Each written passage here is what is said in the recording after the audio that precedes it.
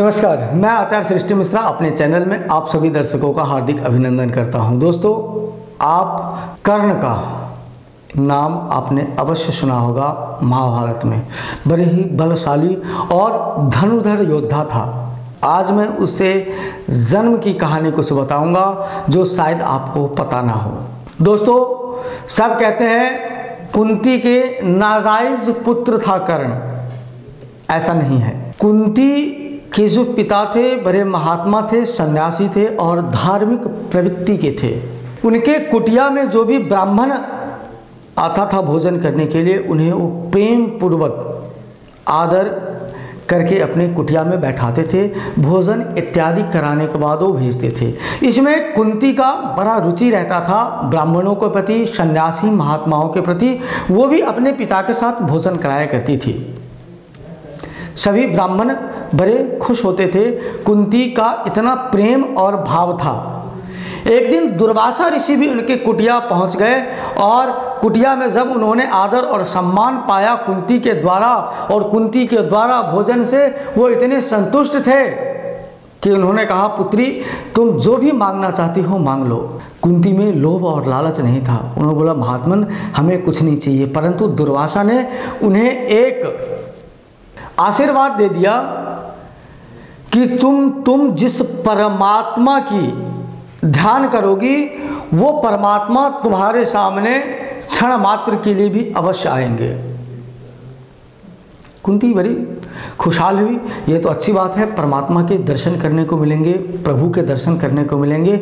एक बार कुंती ने ये सही है कि गलत इस चीज़ का जांच करने के लिए भगवान सूर्य का आवाहन किया। भगवान सूर्य उनके सामने प्रकट हो गए और बोले, बताओ तुम क्या चाहती हो। कुंती ने कहा, नहीं प्रभु, मैं तो ये देखना चाहती थी कि दुर्वासा ऋषि जो मुझे वरदान दिया है वो सही है या गलत।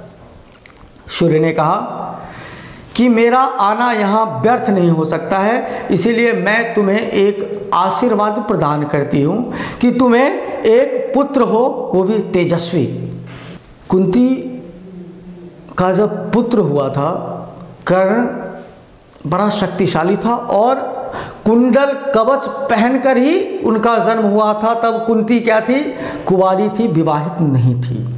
भगवान सूर्य के वरदान से कुंती को वो पुत्र पैदा हुआ था। लोक लज्जा के कारण कुंती ने उसे एक टोकरी में डालकर नदी में प्रवाह कर दिया, जिससे कि समाज में मान प्रतिष्ठा मेरी बनी रहे, समाज में किसी प्रकार की मेरी अवहेलना ना हो।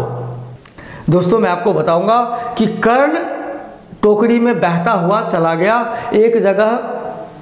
आराध्य जो धृतराष्ट्र का सारथी था, उनका पुत्र नहीं हो रहा था, पुत्र नहीं था, उसे वो मिला। वो घोड़ा को स्नान कर रहा था उस नदी में, उसे वो मिला, वो लेकर चला गया अपने घर।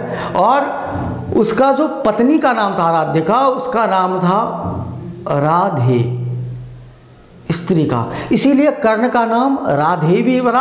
और कर्ण के कान इतने सुंदर थे और कानों में इतने अच्छे कुंडल पहना हुआ था कर्ण ने कि उसका नाम कर्ण रखा गया। इसीलिए कर्ण का जो मित्र बना वो दुर्योधन बना, क्योंकि जिस सूत को, आराध्य को वो पुत्र मिला था, वो सूत था और धृतराष्ट्र का सारथी था। इसीलिए कर्ण का दुर्योधन से मित्रता हुई। कर्ण के बलशाली देखकर उन्हें सेनापति उन्होंने घोषित कर दिया था। ये थी कर्ण की जन्म की कहानी।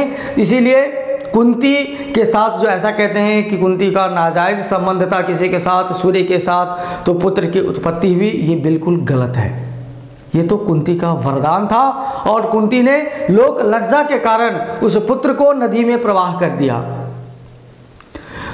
और एक रोचक तथ्य आपको मैं बता रहा हूं कि उषाकालीन अलबेला, अर्थात जब आसमान में सूर्य की लालिमा छाई हुई रहती है और सूर्य दिखाई नहीं देता है, उस वक्त आप जब हाथ को मलेंगे और अपने मुख पर फेरेंगे, उस हाथ को देखते हुए आप भगवान सूर्य का ध्यान करेंगे, तो दोस्तों मानिए आपके जीवन में शक्ति का आभास होगा, बलशाली बनेंगे आप और बुद्धि तीव्र होगी और नाना प्रकार के जो बिगड़े हुए काम हैं वो आपको बनते चले जाएंगे।